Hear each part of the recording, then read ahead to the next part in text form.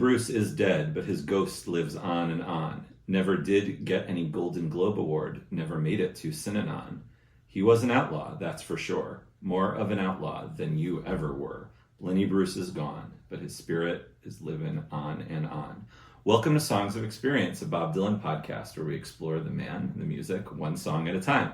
I'm your host, Henry Bernstein, and I'm thrilled to be sitting across from my friend, concert buddy, Chicago tour guide, historian, critically acclaimed and award-winning author, Adam Selzer, here to talk about Lenny Bruce off of Bob's 1981 album, Shot of Love. Hi, Adam. Hey, how you doing? Welcome to my home again. Thanks. Thanks for having me again. I'm so happy you're here. Thanks for coming back to Songs of Experience HQ.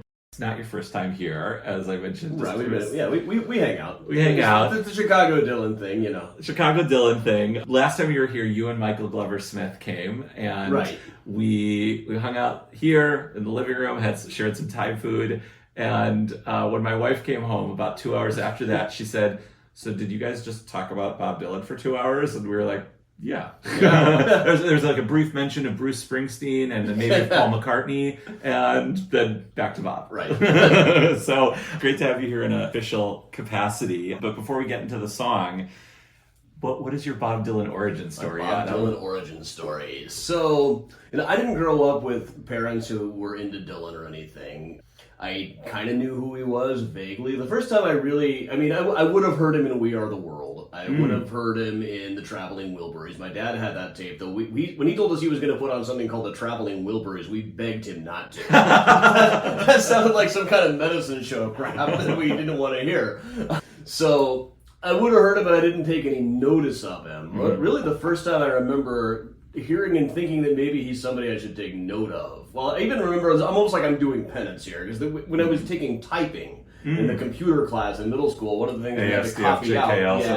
Well, we had to like copy things out of a book and type them. One was like a list of the top 10 greatest songs. Really? And a couple of them were Rainy Day Women and Like a Rolling Stone, and I deleted them to replace them with Metallica songs. Nice. Which Metallica songs? I don't remember. Welcome Home Sanitarium or Leper Messiah or Holier Than Now. Yeah. One of those. And around that same time, though, I went to a Billy Joel concert. And Billy told this thing about how he was always forgetting his words. So he said, "So I went to see a man who's written more words than there are, Mr. Bob Dylan." And he said, Bob was like, "Hey, Billy." And then I asked him, "How do you remember all these words?" And he pointed over to the table, and there was a copy of Bob Dylan, the complete lyrics. Yes. Sitting there. And I was like, repeating that to a friend. I'm like, "Yeah, man, dissing Bob Dylan." He's like, "Hey, Bob Dylan is the godfather of heavy metal." Like, I was just kind of stunned. Your friend said that? My friend said that. Oh, did you? That just kind of stunned me. Like, oh, okay. I didn't have him elaborate. I didn't want to admit that I didn't know that. So, what do you think he meant by that? Maybe All Along the Watchtower or something. His dad was much more into classic rock than my parents were. So it's sort of like he's like the great grandpa, like Watchtower, then you get Jimmy, which influenced Led Zeppelin, which influenced heavy metal. I very much remember his dad-splaining Led Zeppelin to him. When we went to the Led Zeppelin laser light show at the Science Center. Oh my god, amazing. So and then another friend's dad, right before I moved to Atlanta from Iowa, we were in the car and he was playing a tape of. One of the things that I said I was into at the time was protest songs. That was just something I thought was cool. I had like a compilation of best of '60s protest music. And I assume Bob was not on it, except I Shall Be Released was, but the band's version. It was a very odd, wouldn't peg that as a protest song. There were a couple of songs on that compilation that were "Hurdy-Gurdy Man" by Donovan is on there, and there are a couple others like that. He Ain't Heavy, He's My Brother is there. I guess that's a protest song. One Tin Soldier by Coven was one that kind of knocked me out at the time. And, so I was into protest music, and we were in my friend's dad's car, and he had on a Judy Collins Dylan cover album. Mm-hmm. And I knew my friend's dad was kind of an intellectual guy. He was the kind of guy that I kind of aspired to be, and I'd seen he had a copy of Dylan Unplugged someplace, or some Dylan album. Must not have been Unplugged, it wouldn't have been out just yet. But I knew he was into Dylan. He had this tape on, and Judy Collins' version of "With God on Our Side" played. And it's the same kind of sentiment that you would hear in a Megadeth song, a Megadeth anti-war song, or an anti-organized religion song. That really appealed to me. So, like, man, that's a good song. And he said something like, you should listen to a song called Bob Dylan's 115th Dream.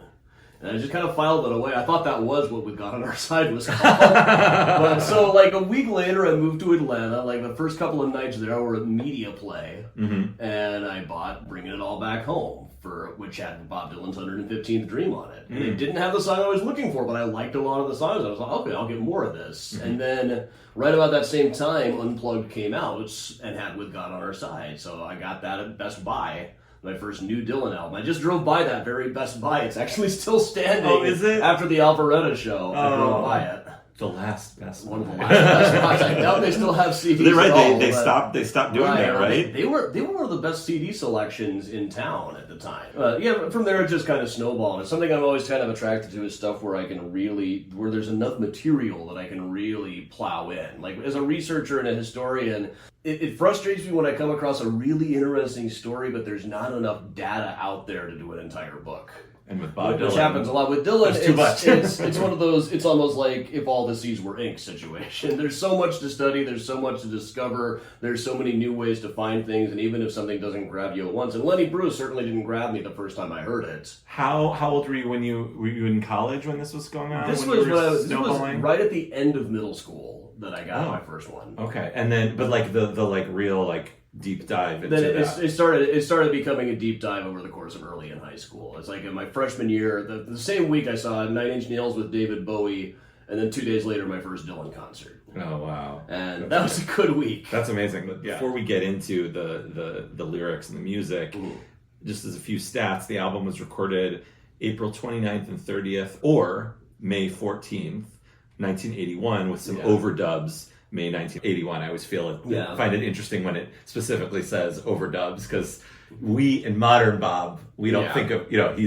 that's not his thing. Right. In Clover Studios in Los Angeles, California, with Bob Dylan on vocals and piano, Fred Tackett guitar, Bette Montench organ, Tim Drummond bass, Clyde King, Carolyn Dennis, Regina McRae, Madeline Quebec, the Queens of Rhythm on backing vocals. And Shot of Love, of course, is considered the third and final Christian period album, with definite signs of sort of coming out of that period. I would put Lenny Bruce in that category of songs, and of course Grain of Sand being the standout from that album. So Adam, what's your relationship or experience to Shot of Love and the Christian period at large? I always feel like Shot of Love is one I wish they could remix and remaster. There's something about like the song selection to it. I know Mike thinks it's a top 10 album. I feel like they left the best songs on the cutting room floor. My own mix of it is something I prefer. There's some very interesting stuff on there, but it seems kind of badly mixed. Yeah, a lot of the songs I wish he would have done some of the songs more. Right. I mean, well, it's with Grain of Sand and Lenny Bruce specifically, like those work much better actually as kind of like a solo piano thing, right? Like on bootleg 1 through 3, that's really when I discovered Every Grain of Sand. I hadn't listened to Shot of Love too when I was sort of absorbing all Bob, and I was surprised when it was on that album.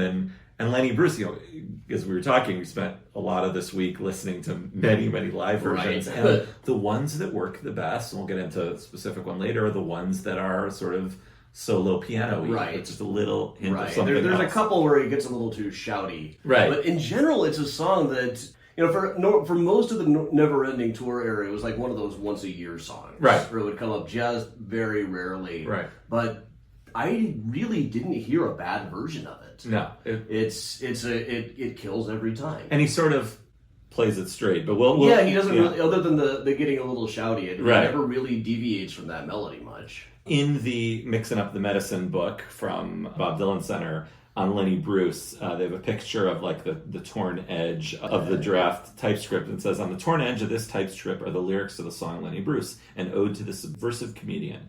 The song references a long ago meeting. A notebook Dylan carried with him in early '64 contains an address for Bruce. In an interview with the Bob Dylan Center, guitarist Danny Korchmar described the first time he heard the song Lenny Bruce and what it was like to play on Shot of Love. We were at Rundown Studios for 2 or 3 days before we moved to Clover Studios, which is where the album was finished. One day Bob came in and said, "Oh, I wrote this tune last night." And he sat down and played Lenny Bruce is Dead. Fantastic song, Bent My Attention. I looked at each other, astonished, thinking, you wrote that last night? That's one of Bob's unheralded tunes. A great, great song. It's perfect, really. And it's interesting how it's sandwiched between Property of Jesus and Watered Down Love. Yeah. Like, it kind of gets lost in the album. Like, Yeah. it could have easily been the last song of the album, like, swapped with Every Grain of Sand or the opening, or maybe track 2. It's just, what do you think about its placement? Its placement, I have no idea what he was thinking with the placement there. But also, that same scrap of paper they show has, it's at the bottom of a prospective track list for what I assume is like a prospective side A and side B, where side B would be Dead Man, Shot of Love, You Changed My Life, Need a Woman, and Property of Jesus. That's a pretty good 5-song chunk right there. Then side 2 opens with Every Grain of Sand, then Angelina, then Groom Still Waiting at the Altar, Love That's Pure, Watered Down Love, and Caribbean Winds. And that's wild. That's an insane side 2. That was a very weird side 2. To have Angelina be the second song. Right. I mean, one of my versions, it opens with it. Because it opens with it, there's a line about on my yellow hair to show you this isn't exactly him. And then the next one is Caribbean Winds. Did you ever have a dream you couldn't explain? Like, that was all just a dream, but he's kind of saying, okay, I'm back now. The Caribbean Wind, I mean, one of the all-time great Why Wasn't This on the Album songs, which I've now, doing this a few episodes, have mentioned a song like that for almost pretty much every album. Like, why? Let's go beneath that a little bit. Please. Well, the thing about the song, with the guy saying that the song is perfect, really, that's definitely a minority opinion among people. Is it?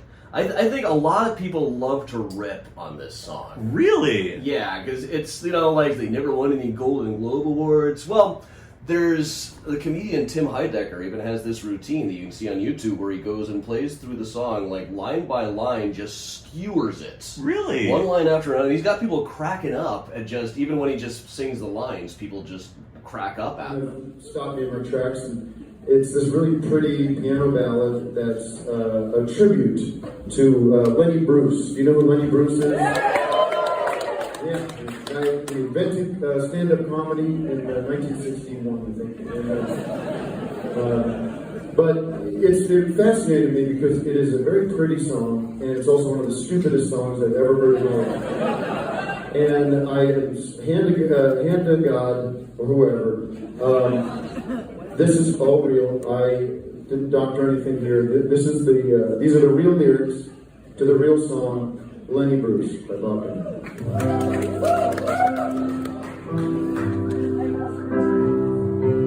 Lenny Bruce is dead, but his ghost lives on and on. Never did get any Golden Globe Awards.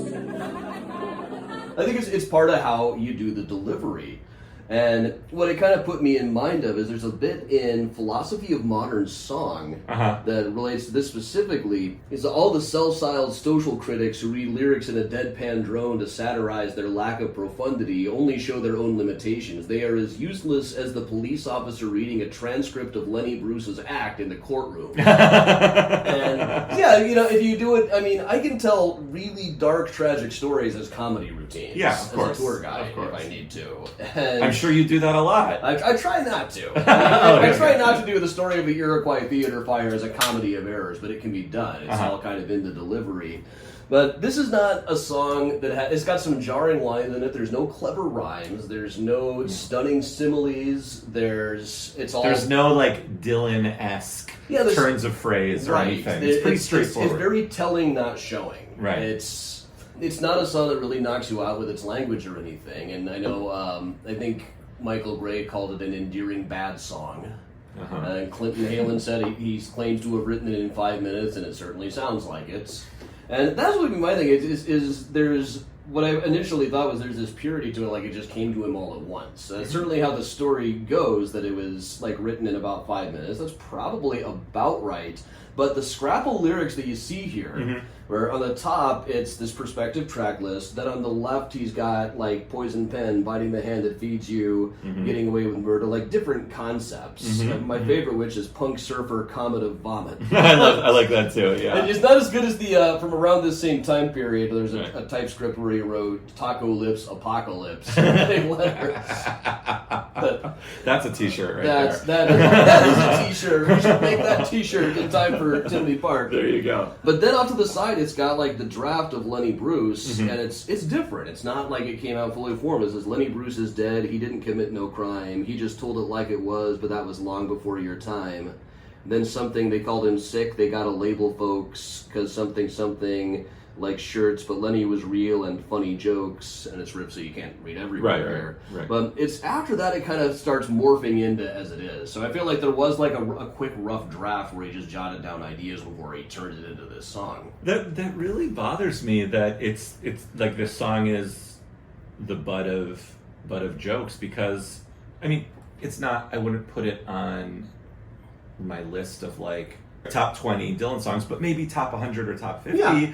I mean, certainly after seeing it in 2019, which we'll get into a little later, right? I would put, there's a purity to it. It's very heartfelt. There's a vulnerability here that is kind of missing on some Dylan stuff. That sort of odd line, like you said, about Golden Globe Awards and which I love, honestly. Yeah, it's funny, and never made it to Synanon. So for me, first of all, when I first heard that, I could have sworn he was saying synagogue, which would have worked perfectly for both of those guys. Yeah. And I only later learned what Synanon until that thing in Mixing of the Medicine. Right, which I just assumed it was some biblical reference that was over my head. Right, exactly. In the second stanza, maybe he had some problems, maybe some things he couldn't work out.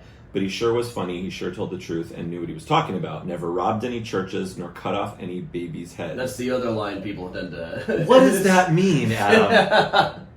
Well, just picking a really bad thing that you could do. I mean, he wasn't that evil, right? Right. Well, here's the thing. In Shot of Love and the outtakes of Shot of Love, one recurring theme is temptation. And like the dividing line between wanting to be this morally upright guy but also still being horny. This comes up quite a bit, and I almost felt like Lenny Bruce is almost assuring himself that, well, he had some problems that he couldn't work out, but he was still the brother you never had. He sure was. He told the truth, and it's a very it's really in the context of the Christian albums to praise a guy for telling the truth when he was so known for his rants against organized religion. Right.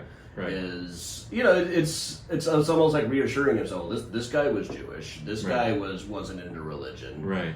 But it doesn't portray him as being in hell. It portrays him as being on another shore. Right. It's interesting that Lenny Bruce and Bob were like almost contemporaries, right? Yeah, like he said, that line about the cow. I don't know if it's true or not. Right.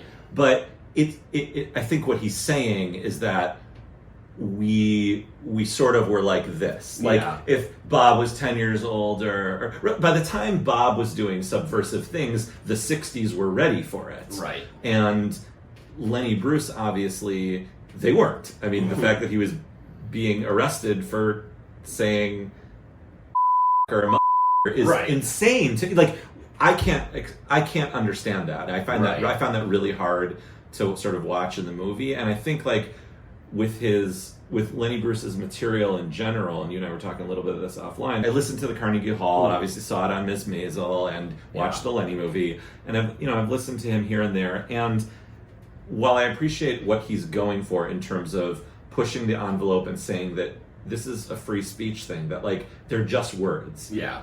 I don't like even though he's saying they're just words, I don't like the words he's using. Right. I don't like the way he talks about women. I don't like the way he talks about LGBTQ folk. I certainly don't like the words he uses, even though I get his point. I don't like the words he's using for black people and for Jewish people. Yeah. Like it's just, and I can understand in the context it was to try to take the power out of these things. I get what he's going for, but the other thing is I don't really find him funny.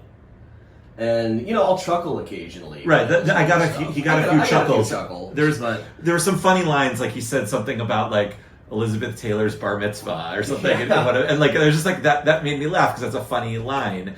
But the way he keeps, referring to women as your chick this and your chick that, Yeah. and your chick, and like his whole bit about like cheating, you should, deny. Like all of that just like made me feel gross and icky, and it kind of took away from when he's talking about words and how words are just words, because that actually is meaningful, and it's sort of like George Carlin perfected that. That's exactly what I was going to say. Please. Like George Carlin took it, and the interesting thing is Carlin's stuff from the 70s is still really funny. Oh, it's hysterical. I crack up listening to that stuff. Yeah. I mean, like even his stuff that should be completely dated now, his rants about the Reagan administration, are still really funny. I mean, his stuff is... Did you see the Carlin documentary a couple years ago? So, Yeah. like, it's amazing how relevant all that stuff Right. is. Kind of like Bob Dylan. Yeah. Right? You listen to The Times They Are Changing Now or something, and it's Yeah. like, wow, is this written about right now?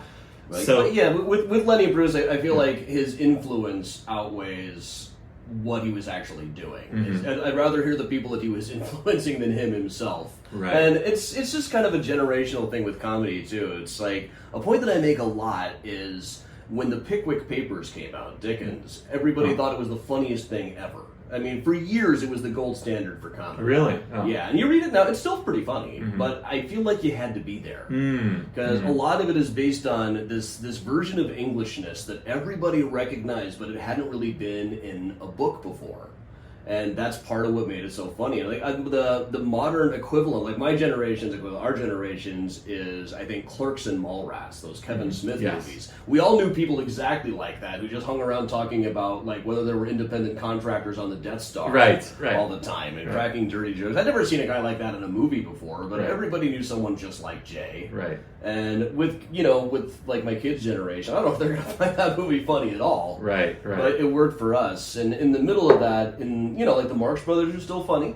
Yeah. And Three Stooges. George Carlin, Three Stooges. Yeah, anything slapstick, anything Right. where people fall on their butt is still funny. Right. Yeah, it was funny when I was watching Lenny and I think overall, brilliant performance by Dustin Hoffman, brilliant performance by Valerie Perrine, and all the other people in it. I don't know if I love Bob Fosse's style. I thought it was interesting. There were, it was interesting. Trying very hard to be Citizen Kane. Yes, I mean, the black and white, Yeah. I don't think it was necessary, and certainly the times when like the music would just come out, there was silence and sort of long pauses, sort of both worked, didn't work. Obviously the one-on-one camera stuff, interview stuff with Valerie Green was amazing. Ooh. It doesn't include the Carnegie Hall performance in there, it just skips that. Right. And that was like a major thing that like not only he got to do that after pretty much being a hack at the beginning of his career, then being subversive but being completely popular, and then but it just sort of skips over to him and has him like strung out version of him keeping the movie going, and you never really get his great height before the fall. The fall just sort of takes you through it. And the other thing for me that I found really hard to watch, I think I find it hard personally when there's an artist who is just, I mean, obviously there's the point of it is the tragedy, but when an artist is so bound by their addiction problems that it ruins everything. Because like I kind of feel like if Lenny Bruce could have just gotten past 1966, maybe things would have turned around. Bob Dylan went away after 1966. He went off into the woods in New York, and when he came, and then he came back. If only, perhaps Lenny Bruce is. So I guess my question to you is, Adam, that's a long way of saying, do you think Bob Dylan sees himself or parts of himself in Lenny Bruce, or is it just sort of a passing? Two ships passing in the night.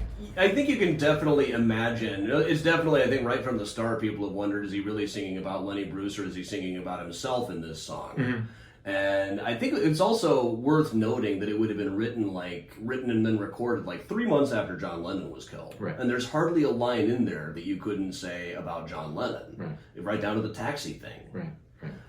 So there's definitely that one we know happened. Yeah, that one we know happened. Maybe it was a limo, but there's definitely this sense of survivor's guilt that permeates it. Yes. That permeates the song, and also "Roll On John" for that matter. And it just kind of permeates it, and it seems to come through every time he sings it. Well, I think for Bob, at least, I mean, we don't know what he's thinking now, but I think for Bob now, I mean, all my friends I ever had were gone is more true than ever, right? I mean, maybe that's why, maybe that's what's driving him to do the Outlaw tour, to be with Willie and Robert Plant, who knows, one more time, or when he went a few months ago to go antiquing with Neil Young. Yeah. Maybe he's thinking that had he done more than a cab ride had they crossed paths at Gertie's or something, and maybe they did. I think there's hints that they would run into each other occasionally. It seems like they would have. Yeah. I mean, the comics and the folkies in the early '60s were it was all part of the same thing. Right. I mean, I think, right? I mean, pretty much, and they all ran in the same circles. They would have known each other. You could see like one of my favorite finds was like an ad for like a Twilight Hoot at the Gaslight in 1963 that like thanks all the people for showing up, and among them is Dylan and Bill Cosby. Wow. And I interviewed everybody else on that list who was still ambulatory that night, but nobody did. Nobody did. Yeah. Wow. He goes on and says, they said he was sick because he didn't play by the rules. He just showed the wise men of his day to be nothing more than fools. They stamped him and they labeled him like they do with pants and shirts. That's a great Dylan line, by the way. He fought a war on a battlefield where every victory hurts. Lenny Bruce was bad. He was a brother that you ever had. And I wanted to point out that line because there's a slight variation in the 2019 version where instead of victory he says every wound still hurts. Every wound still hurts, as though he can feel it. I think that one little change does make it much more like he's seeing himself in this, right? And of course, and which also goes into that 1986 seeing yourself and recognizing yourself in me. That line. We got to go into that one a bit. This is, please. When he was playing in, he goes through periods where he plays this song. Most of the time it's like a one-off, but then he'll go through like a couple of weeks where he plays it a lot. He played it in 81, shortly after it was written, through that whole tour with the Shot of Love Christian period. Then not again till 86, then played it all throughout 86.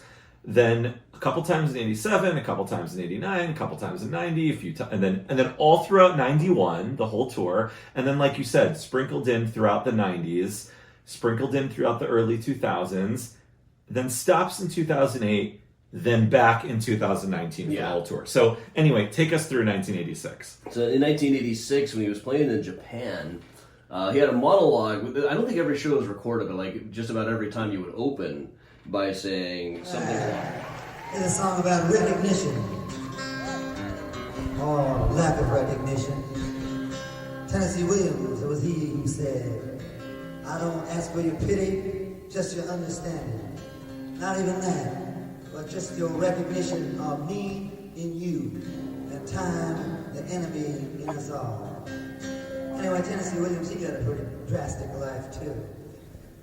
He kind of died all by himself in a New York City hotel room, not a friend in the world.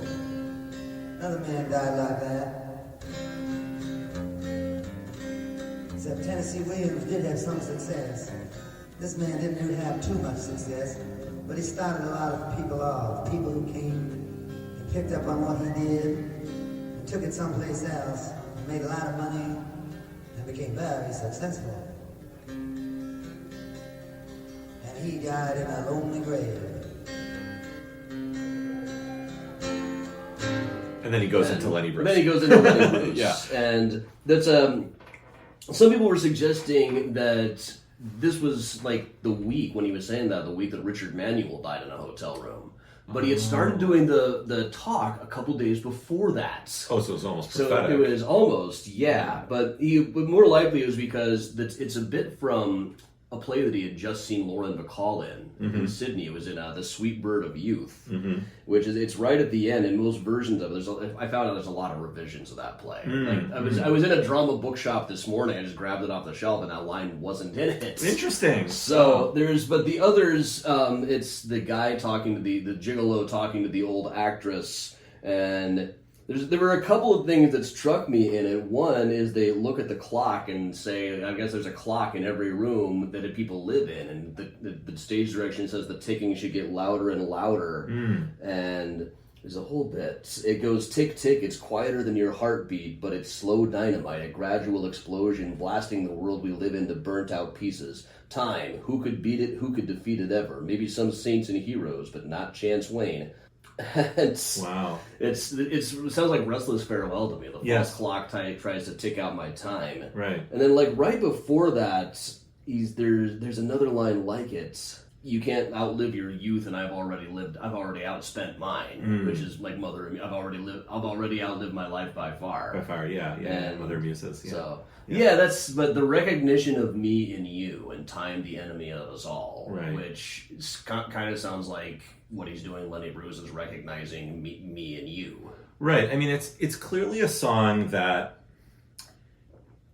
I guess is important to Bob because it keeps bubbling up and resurfacing every couple decades. Yeah. And obviously when it first came out, he played it, and then a few years later. It's been performed a surprising 117 times, which out of like 4,000 shows that he's done in that time period isn't huge. it's not huge. So it's sort of in between. I talked about this with Roberta a little bit. It's like The Man in Me, which was similar. I think it was 155 or so. It's not a complete super duper rarity that he's played, once or twice. It's not handy dandy. Yeah, but it's also not. It's certainly not Highway 61 Revisited, and it's probably closer to the rarity. If you caught it at a show in the 90s or 2000s, it was like, ooh. Now, of course, we were lucky to see it in 2019. So, which brings me to my question, Adam.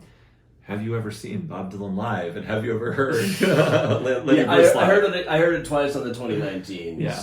On the 2019. Was that in Milwaukee and Chicago? No, I saw it in South. I couldn't go to. It was on the Halloween show in Chicago. I'm always busy on Halloween, so I went to South Bend and then to the Beacon. Okay, all right. The last night. Oh, so you didn't go? So we were not at those shows. We were not at those shows. Oh, together, interesting. no. Because I love the fantasy of which shows Adam and I went to over the I'm years. sure we've been to a lot of the same shows over the years. Yeah, but not those. But not those two. So it was interesting that it cropped up in 2019 again, and there was one other, in addition to that change about Victory, there was another change. He said never made it from Babylon instead of never made it from cut out the Golden Globes line. Right, exactly, and never made it to the promised land, never made it to Babylon. Right. So, Adam, when you and Michael came over earlier this year, and as I mentioned at the top of the show, and it was sort of after Mixing Up the Medicine came out, we were excited about it and looking at it, and Michael pointed out this amazing thing from the epilogue, which I wouldn't have gotten to for months and months because I'm not very far into it. This book takes. I was glad he did, and he also last night texting him, he reminded me of where to find it. But Adam, would you mind reading this passage from the epilogue by Douglas Brinkley to Mixed Up the Medicine? In Saratoga Springs, New York, I got into a discussion with Bob about the songs Heart of Mine, Watered Down Love, and Lenny Bruce from his 1980 album Shot of Love, compositions he was still refining 3 decades after they were recorded. That's jarring that he's been refining Heart of Mine and Watered Down Love. We haven't seen the results of this yet. But when I mentioned how much I'd enjoyed his rendition of Lenny Bruce at a show at the Beacon Theater in New York City, he lit up. Beguiling and brave, Bruce was a controversial stand-up comedian, largely forgotten today, I don't know about that, who died of a drug overdose in 1966. In that era, some addicts sought help from Synanon, a drug rehabilitation group that metamorphized into a cult. Yeah, Dylan told me, I left that song alone for a long time, but then I heard somebody doing it in a club in Amsterdam, and I loved it. I couldn't get past the Synanon line, though. I was wondering what that meant. And then I realized, oh yeah, it was a drug clinic when Lenny was around. I couldn't relate to it, and if I couldn't relate to it, I couldn't expect anyone else to. But I wanted to do the song, so I changed the line. Now the song is what it is, what it was supposed to be, just a little thing that could bring something out of obscurity and into the light. Funny, isn't it? I mean, yes, Virginia, I believe he saw somebody actually, nobody covers Lenny Bruce. And so there are very, very few cover versions out there. There's so much to unpack from this quote. So first of all, it's sort of like, this is why he brought it back in 2019, because he was just inspired by seeing someone else doing it. But how could this story be true that Bob Dylan was in Amsterdam? He had most recently played in Amsterdam 2 years before that. So, I mean, in 2017. Maybe he was on vacation, but from what we know is he travels when he's touring. I don't know. Have you ever gone into a club and seen somebody do Lenny Bruce? Never. No. Well, first of all, anytime I see anyone in concert, my fantasy is that they'll cover a Bob Dylan song. Yeah. I always hope. And I've seen it a few times. Sure. But certainly not Lenny Bruce, and No. certainly not in Amsterdam. And what are the chances that Bob effing Dylan walks into that club and sees his own song being played, and that own song of his is Lenny Bruce? Right. Like, so I don't know. Do you believe this story is true? Yes, Virginia, I believe. I will take him at his word, but no, I don't. At the same time, no, I do not believe it. I have my own theory as to why it came back into the set. Please. So it goes back to when I looked back at my review a while ago, the 2018 show in the fall, when he first brought back like more of the piano stuff, and musically it was like the beginning of Rough and Rowdy Ways, Right. when he started doing like the solo piano, Don't Think Twice. Right. He had an outside arranger for it. 1819 is sort of like the beginnings of what became Shadow Kingdom. I think we discussed, and and then Rough and was Rowdy Ways. musically he was moving towards that. But what I wrote in my review is it seems like there's like a Julius Caesar theme is starting to crop up, because you had like Pain and Blood, the line came to bury, not to praise, and you had the new version of When I Paint My Masterpiece had lions in the street with a mean and hungry look, which is a slight Shakespeare misquote. It's lean and hungry look, but I don't know, maybe there's like a quarto folio difference or something. But, you know, I noticed there was this Julius Caesar thing coming in. And, of course, by Rough and Rowdy Ways, that would be, it's all over, crossing the Rubicon. Ask myself, what would Julius Caesar do? And also, of course, like most obviously throughout Rough and Rowdy Ways is all these references to assassinations. You know, Julius Caesar, Murder Most Foul, McKinley's in there. There's the very cryptic Lincoln reference, but it's there.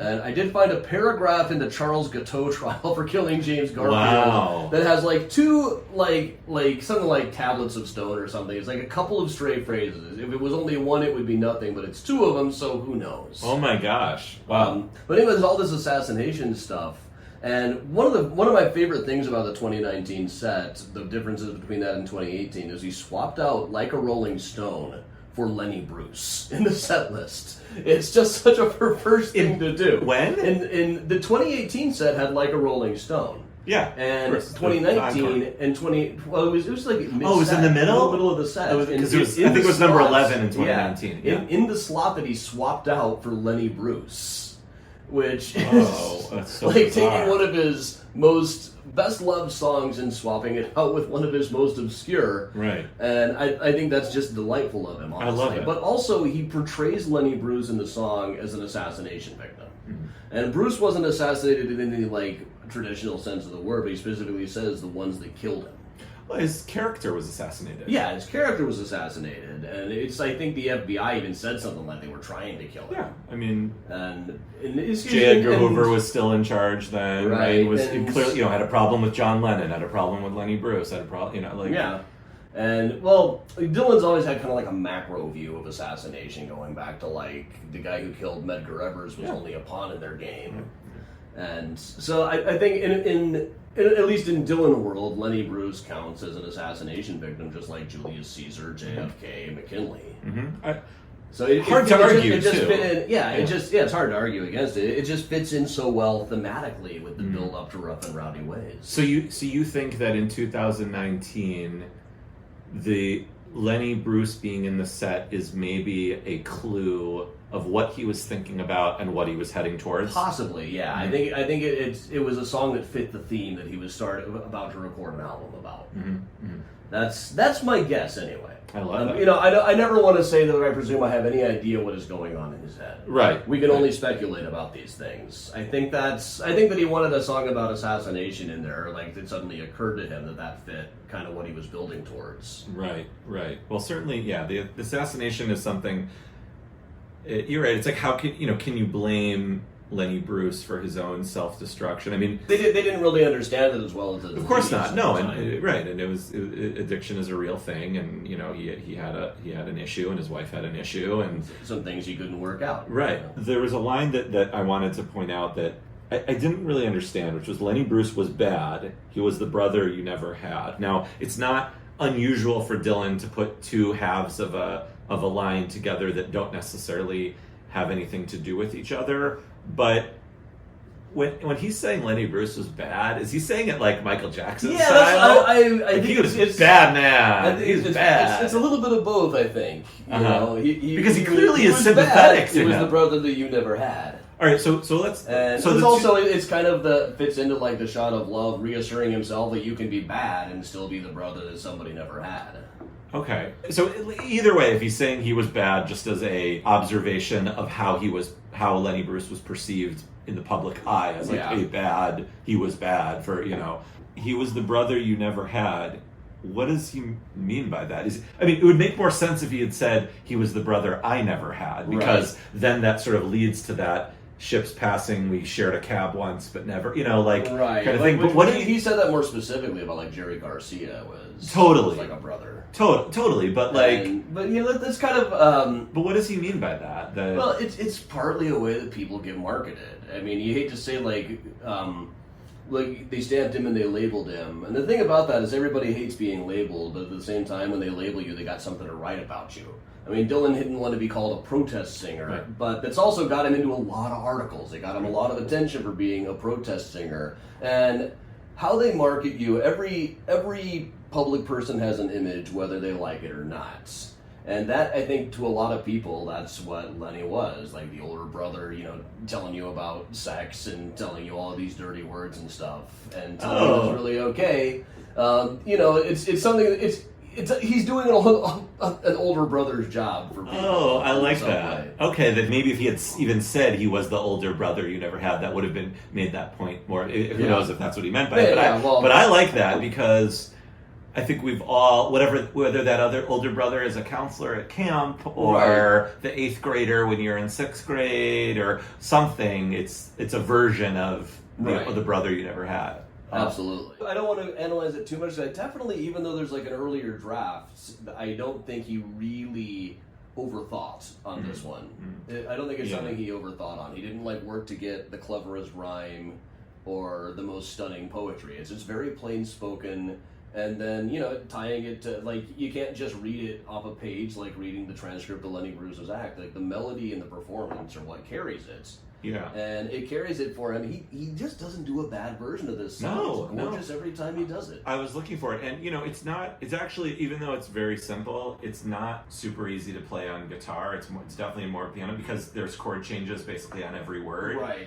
Which is hard if you're trying to remember all the lyrics too. If you're trying to do it correctly, and I can fake my way through without too much trouble. I tried to play this morning, and I was like, oh, this is harder than I expected. Now with piano, that sort of lends itself easier, and certainly, again, as I mentioned earlier, the more piano-driven versions of this are the better ones. I mean, I think, my hot take is the 2019 version is the best version. Yeah. Just that soft piano, that really sweet, quiet, soulful singing that Bob is doing, and then with just a little hint of violin fills from Donnie Herron, especially towards the end, you're sort of surprised when they come in. Obviously, Tony is playing a very understated bass. That's certainly, I think that's my favorite version, and I feel really lucky that I can put that on. When I was looking at bobserve.com of all the songs I've heard that I heard a Lenny Bruce, and I hope, on Outlaw Tour, I get to hear Under the Red Sky. It's kind of like that, that it's in that spot on the set list, a deep cut that no one was asking for,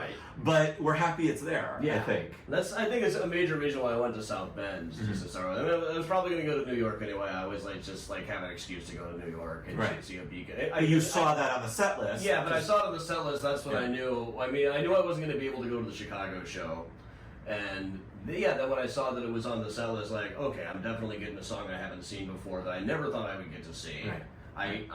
There's no excuse not to go now. And I wouldn't say that I went all the way to South Bend just to see Lenny Bruce, but I would have. Right. There was definitely I can't remember if it was Milwaukee or Chicago, but there was a little, right before he played it, there was a little buzz. I think it was Milwaukee. It was a great crowd that night, and people were into everything.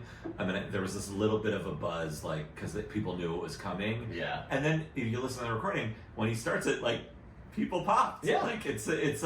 It was, of all songs, to be a crowd pleaser, the song that he used to replace Like a Rolling Stone. The year before, I mean, I wouldn't mind hearing it again. I would love to hear it again. There was a time when I felt like I'd heard Under the Red Sky enough. I'd heard it 3 or 4 times anyway. But it was one of the first show that I saw. He did that one. Really?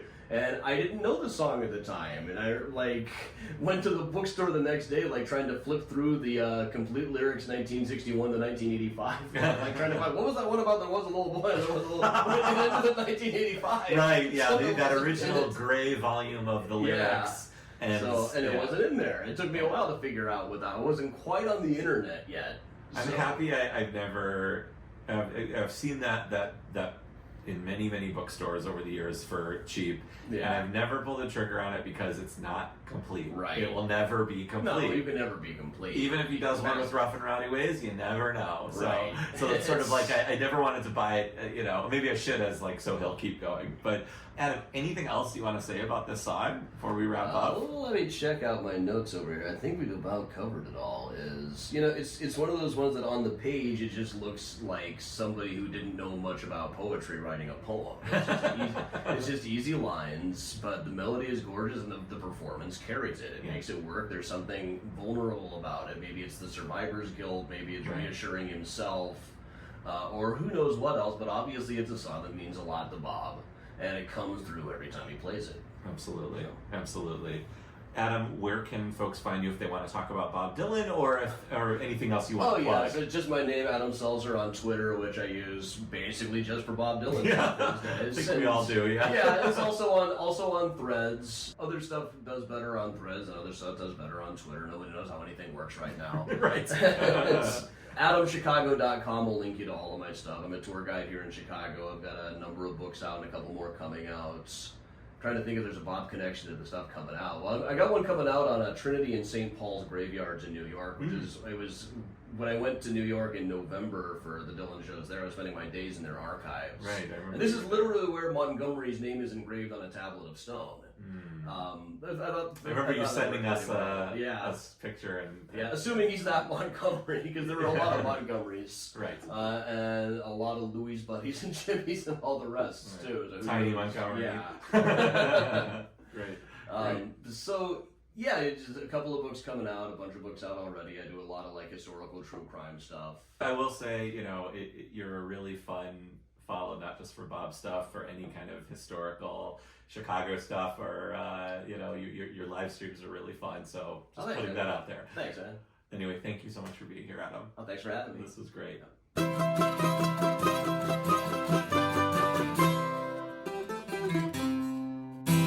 Thank you so much for listening. Please look for the next episode on the 15th day of the month, found in all of your podcast feeds. Give us a follow on Twitter at Songs of Bob. If you're subscribing on Apple Podcasts, please take a moment to give us a rating and review. If you'd like to see a video version of this podcast, please visit and subscribe to our YouTube channel, youtube.com/@songsofbobdylan. You can email us at songsofbobdylan@gmail.com. Thank you to my friend and mentor, Rob Kelly, for designing our fabulous logo, and to my mandolin teacher, Mark Mitchell, from the Old Town School of Folk Music in Chicago, for teaching me how to play the intro and the outro. Lastly, if you want to support the cost of hosting my podcasts, go to patreon.com/gonzo3249 for $5. I'll show my gratitude by giving you a shout out on the show of your choice. So big thank you to Roberta Rakove, Matt Simonson, and Christopher Vanni. Truly, thank you so much. Thank you again, and we'll see you next time.